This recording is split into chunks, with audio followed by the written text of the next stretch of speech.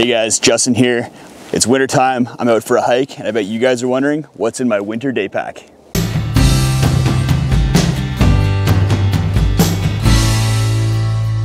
I use my winter day pack for a bunch of activities, whether that's going for a hike, backcountry skiing, or snowshoeing. It gets a lot of use over the course of the winter time, and it's quite a bit different than what's in my summer day pack, mostly due to the different hazards that are out there. And when things go wrong in the winter time, things go wrong really badly. The two main hazards for me when I'm out in the backcountry in the wintertime are avalanches and then cold. Even something small that would be no big deal in the summertime, like getting your foot wet, could have huge consequences in the wintertime. And as a result, I have a lot more gear in my day pack for winter travel and a lot more gear that's there for emergency situations. So let's take the pack off and take a look at what's inside. First up, the pack. This is the Osprey Kode 30 pack. It's a winter specific pack made for backcountry skiing and alpine adventures and has a lot of features that are geared towards that. First up, let's go into the side pockets. In the left side pocket, I usually keep my Garmin InReach just in case of emergencies, and a ski strap. Ski straps are awesome. I've used these to repair broken skins, broken skis, broken gear. They have a ton of use, and I definitely recommend keeping one or two of these in your pack. In the right hand pocket, I keep my snacks for the day. So these are usually just a few little snacks that I'll munch on throughout the day, some for the morning, some for the afternoon, just to keep my energy levels up. Also, I have a whistle on the back of my pack, just in case of emergencies. Whistles are really good to have. And this is a hydration compatible pack. So there's a bladder inside of here and a hose that comes through this insulated pouch here. And then I have an insulated tube as well that I can drink water from.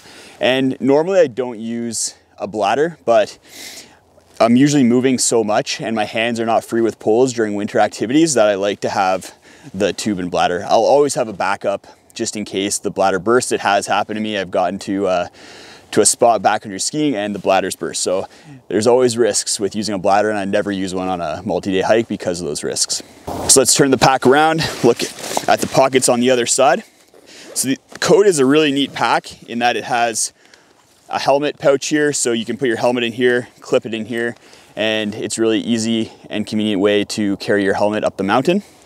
There's also a separate pouch here for Avalanche Gear. So I actually have it in here right now. I have a shovel that I keep in here, as well as my probe, just in case I do run into a situation where I'm in an avalanche and I need to be rescuing somebody. Moving back through the pockets, there's also a goggle/sunglass pouch here. It's nice and lined and just a little bit shallower so you can just grab stuff quickly. I keep my cell phone in there if it's not on me. My keys, if I don't hide them at my car, sometimes I'll do that. Some sunscreen, especially in the springtime. You want to be having sunscreen out in the backcountry with you in the wintertime because the sun will eat up your face pretty quickly if you don't have sunscreen on. I'll also keep some sunglasses, same thing as the sunscreen. You want sunglasses when it's snowy, and some lip chap, always with SPF. Just some other warm layers like a toque in there. If I'm wearing a hat like I am today, then I'll keep a toque in there just to get quick access to it if it cools off. And that's everything in that pouch. So this is a back-loading backpack. So there's a zipper on the back here and it opens up clamshell style. Let's get into here, see what we have. So I'll always have some more food. It's kind of all hidden away in here. A power bank. If I'm using my cell phone for navigation, then I like having the power bank just in case, and I can power my watch with it. Basically any electronics that I have, having a little bit of extra juice is never a bad thing. I keep a thermos in there as well. It's amazing having a nice hot drink of tea or hot apple cider when you're stopping for lunch or for a little break.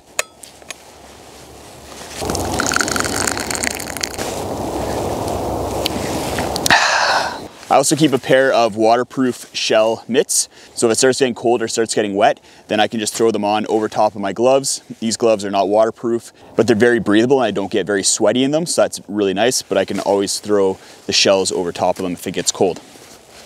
I also keep a buff. Can never have too many buffs kicking around.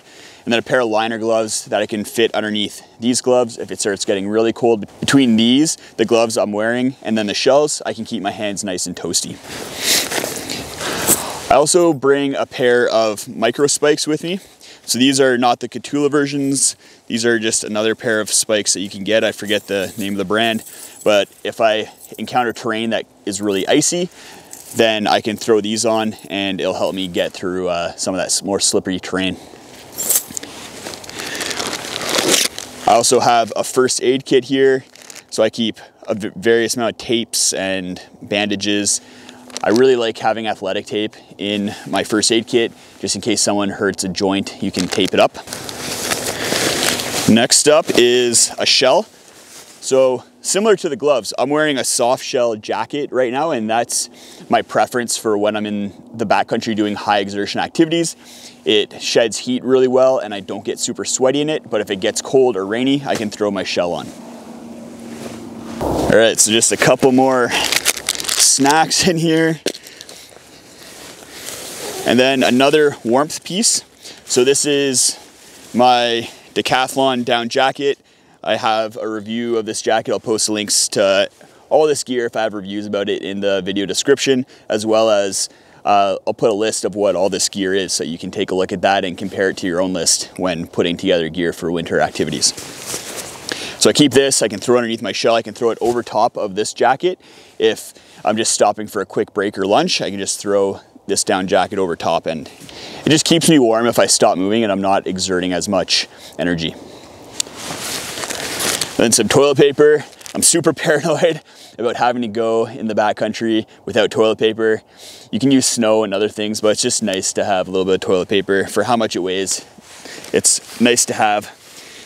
Extra pair of socks. Like I was talking about earlier, if you get your foot wet, that can be a big thing in the wintertime. So I like to have a pair of socks, or if my feet get really, really sweaty unexpectedly, I can change my socks out at lunch and my feet won't get really cold.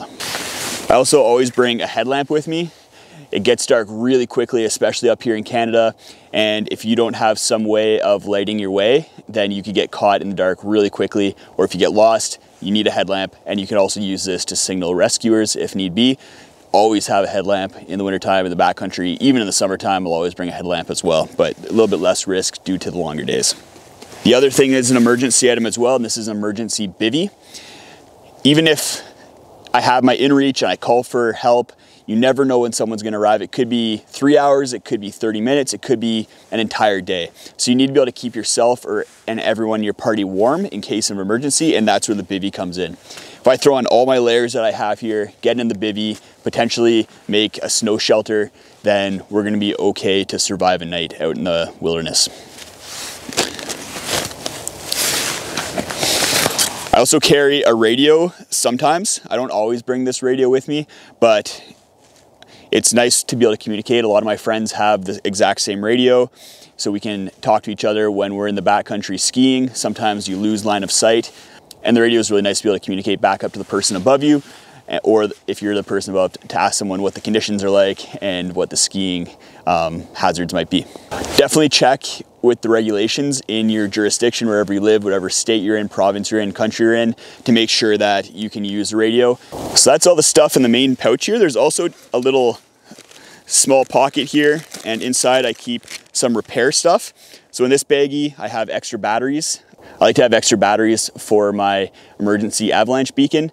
You never know when you might run out of batteries, and I've definitely showed up at the parking lot with a partner who doesn't have full batteries in their avalanche beacon, and it's really good to have extras in case of that. I also have a fire making kit in here, so you can make a fire in case of emergency, and some duct tape, and then any little screwdrivers or bolts that might be needed for equipment.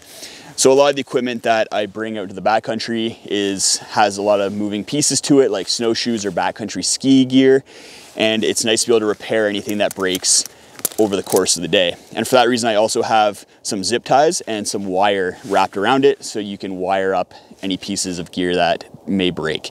And I've used all this stuff in the past before, so that's why it's in there. Very important. I've had gear breakdown, I've had people get injured, I've been injured. It's important to be ready for those scenarios, and especially in the wintertime, because the consequences of not being prepared are so much more than in the summertime. Thanks for watching, guys. Like I said, I'll put a list to all this gear in the video description. If you have any questions, leave a comment. I'm gonna get back on the trail. See you next time.